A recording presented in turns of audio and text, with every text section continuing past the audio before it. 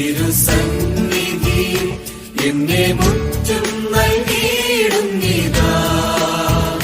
തിരുരക്തത്താലേ എന്നെ ശുദ്ധി ചെയ്ത് നിന്റേതാക്കേണമേ മുഴുവൻ. എന്റെ കർത്താവേ, തിരുസന്നിധിയിൽ എന്നെ മുറ്റും നൽകിയിടുന്നിതാ. തിരുരക്തത്താലേ എന്നെ ശുദ്ധി ചെയ്ത് നിന്റേതാക്കേണമേ മുഴുവൻ. വേഗം വരുന്ന നമ്മളുടെ കർത്താവായ യേശുക്രിസ്തുവിൻ്റെ ധന്യനാമത്തിൽ എല്ലാവർക്കും സ്നേഹവന്ദനം. പുനരുത്ഥാനമില്ല അഥവാ മരണാനന്തര ജീവിതമില്ല എന്ന് വിശ്വസിക്കുന്നവരായിരുന്നു സദൂക്യർ. അവർ ദൈവവചനവും ദൈവശക്തിയും നിഷേധിച്ചിരുന്നു. അവരുടെ കുടുക്ക് ചോദ്യത്തിന് ക്രിസ്തു നൽകിയ മറുപടി ഇഷ്ടപ്പെട്ട ഒരു ശാസ്ത്രി കർത്താവിനോട് വേറൊരു ചോദ്യം ചോദിച്ചു. എല്ലാറ്റിനും മുഖ്യ കൽപ്പന ഏത്? മർക്കോസ് 12:27-28. കർത്താവ് പറഞ്ഞു, നമ്മുടെ ദൈവമായ കർത്താവ് ഏക കർത്താവ്. ആ ദൈവത്തെ പൂർണ്ണ ഹൃദയത്തോടും പൂർണ്ണാത്മാവോടും പൂർണ്ണ മനസ്സോടും പൂർണ്ണ ശക്തിയോടും സ്നേഹിക്കണം. കൂട്ടുകാരനെ നിന്നെപ്പോലെ തന്നെ സ്നേഹിക്കണം. മർക്കോസ് 12:29-31 വരെ. ബഹുദൈവ വിശ്വാസികളുടെ മധ്യത്തിൽ ജീവിച്ച ഇസ്രായേൽ മക്കളെ സംബന്ധിച്ച് അവർ ഏകദൈവ വിശ്വാസത്തിൽ വളർന്നവരാണ്. ദൈവം അവർക്ക് തന്നെ വെളിപ്പെടുത്തിയത് ഏകൻ എന്നാണ്. അവരുടെ ദൈവം പറഞ്ഞത്, ഞാനല്ലാതെ അന്യദൈവങ്ങൾ നിനക്കുണ്ടാകരുത്. പുറപ്പാട് 20:2-3 വാക്യങ്ങൾ. അന്യദൈവങ്ങൾ ഉണ്ടാകരുത് എന്ന് പറയുമ്പോൾ അവർ ജീവിച്ച സാഹചര്യത്തിൽ മറ്റ് ദൈവ ആരാധനകളും ഉണ്ടായിരുന്നു എന്ന് സാരം. എന്തുകൊണ്ട് വേറൊരു ദൈവം പാടില്ല എന്നവരോട് പറഞ്ഞു? നിന്നെ അടിമ വീടായ മിസ്രൈമിൽ നിന്ന് കൊണ്ടുവന്നത് ഞാനാ. മിസ്രൈമിൽ നിന്നുള്ള അവരുടെ വിടുതൽ വളരെ അത്ഭുതകരമായിരുന്നു. സങ്കീർത്തനം 78:44-55 വാക്യങ്ങളിൽ അവർക്ക് നൽകിയ വിടുതലിനെ കുറിച്ച് പറയുന്നുണ്ട്. ഈ പകൽക്കാലം ഇസ്രായേലിനോട് പറഞ്ഞത് തന്നെയാണ് നമ്മോടും പറയുന്നത്. നിന്നെ നടത്തിക്കൊണ്ടിരിക്കുന്ന, പരിപാലിക്കുന്ന, കഷ്ടങ്ങളിൽ നിന്ന് വിടുവിച്ച് നന്മകളാൽ നിറയ്ക്കുന്ന ദൈവം ഞാനാ. ഈ ദൈവം മാത്രമാണ് എൻ്റെ ദൈവം എന്ന് ധൈര്യത്തോടെ സാക്ഷിപ്പാൻ നമുക്ക് കഴിയണം. ഈ ദൈവത്തെ പൂർണ്ണമായി സ്നേഹിക്കണം എന്ന കൽപ്പനകളുടെ ചുരുക്കമായി കർത്താവ് പറയുന്നത്. എന്തുകൊണ്ട് നാം ദൈവത്തെ സ്നേഹിക്കണം? 1 യോഹന്നാൻ 4:19 പറയുന്നത്, അവൻ ആദ്യം നമ്മെ സ്നേഹിച്ചതുകൊണ്ട് നാം അവനെ സ്നേഹിക്കുന്നു എന്ന.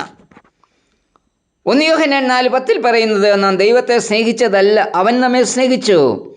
തൻ്റെ പുത്രനെ നമ്മുടെ പാപങ്ങൾക്ക് പ്രായശ്ചിത്തം നൽകുവാൻ അയച്ചത് തന്നെ സാക്ഷാൽ സ്നേഹം ആകുന്നു. ദൈവം നമ്മെ സ്നേഹിച്ചതിൻ്റെ പ്രത്യക്ഷമായ തെളിവാണ് ക്രിസ്തുവിൻ്റെ ക്രൂശ് മരണം. തൻ്റെ പുത്രനെ നൽകിയ ദൈവം നമ്മെ സ്നേഹിച്ചത്. നാം ദൈവത്തെ സ്നേഹിക്കുവാൻ കഴിവുള്ളവരല്ലായിരുന്നു. സ്വന്തം പുത്രനെ നൽകി നമ്മെ സ്നേഹിച്ച ദൈവത്തോടുള്ള പ്രതികരണം പൂർണ്ണ ഹൃദയത്തോടും പൂർണ്ണാത്മാവോടും പൂർണ്ണ മനസ്സോടും പൂർണ്ണ ശക്തിയോടും കൂടെ അവനെ സ്നേഹിച്ചു കൊണ്ടായിരിക്കണം. ഇന്ന് ഭൗതികമായ അനേക ഊന്നുവടികളെ നാം സ്നേഹിക്കുന്നുണ്ട്. അവയ്ക്ക് പിന്നാലെയാണ് നാം യാത്ര ചെയ്യുന്നത്. ശിമോനോട് ചോദിച്ചത്, ഇവയിലധികമായി നീ എന്നെ സ്നേഹിക്കുന്നുവോ എന്ന. ശിമോൻ പറഞ്ഞതുപോലെയുള്ളൊരു മറുപടി കർത്താവിനോട് പറയുവാൻ നമുക്ക് കഴിയുമോ? ദൈവത്തെ സ്നേഹിക്കുക എന്നതുകൊണ്ട് കർത്താവ് എന്താണ് അർത്ഥമാക്കുന്നത്? ഇതിനുള്ള ഉത്തരമാണ് കൽപ്പനയുടെ 2-ാം ഭാഗം.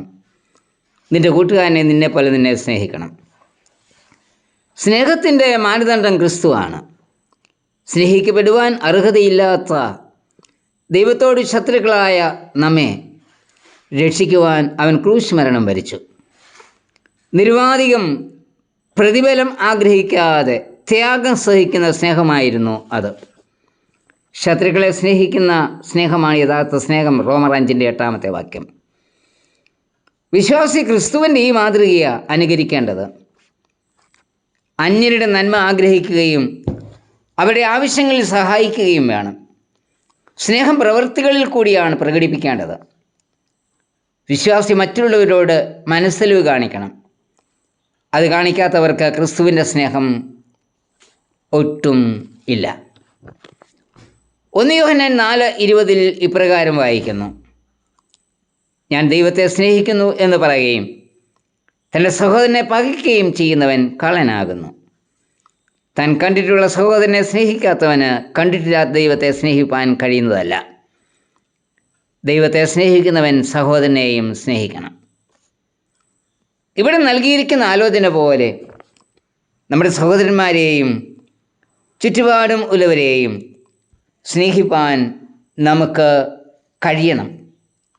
അപ്പോഴാണ് നാം ദൈവത്തെ സ്നേഹിക്കുന്നവരായിത്തീരുന്നത്. ഇന്ന് ചില സഭാവിശ്വാസികൾ അവരുടെ കൂടെ ഉള്ളവരെ മാത്രമേ സ്നേഹിക്കാറുള്ളൂ. സ്വന്തം അപ്പനെയും അമ്മയെയും സ്നേഹിക്കാത്ത സത്യവിശ്വാസികളും ഉണ്ട്. സഹോദരനെ സ്നേഹിക്കാതെ ദൈവത്തെ സ്നേഹിക്കുന്നു എന്ന് പറയുന്നത് വെറും നാട്യമാണ്. സ്നേഹത്തെക്കുറിച്ച് നല്ല ശമരിയക്കാരൻ്റെ ഉപമയിൽ കൂടി കർത്താവ് നൽകുന്ന ചിന്ത മുറിവേറ്റവനെ സഹായിക്കാതെയുള്ള പൗരോഹിത്യ ശുശ്രൂഷയും ലേവ്യ ശുശ്രൂഷയും അനുഗ്രഹം നൽകില്ല. അതേ, കർത്താവ് ഏകനാണ്. അവനെ പൂർണ്ണഹൃദയത്തോടും പൂർണ്ണാത്മാവോടും പൂർണ്ണശക്തിയോടും കൂടെ സ്നേഹിക്കണം. കൂട്ടുകാരനെ നിന്നെ പോലെ തന്നെ സ്നേഹിക്കണം. ഈ കൽപ്പന നാം അനുസരിക്കുന്നുണ്ടോ? കർത്താവെ, നിന്റെ കൽപ്പന അനുസരിച്ച് നിന്നെയും കൂട്ടുകാരനെയും ഒരേ വിധത്തിൽ സ്നേഹിപ്പാനുള്ള കൃപ എന്നിൽ പകരണമേ. ആമേൻ.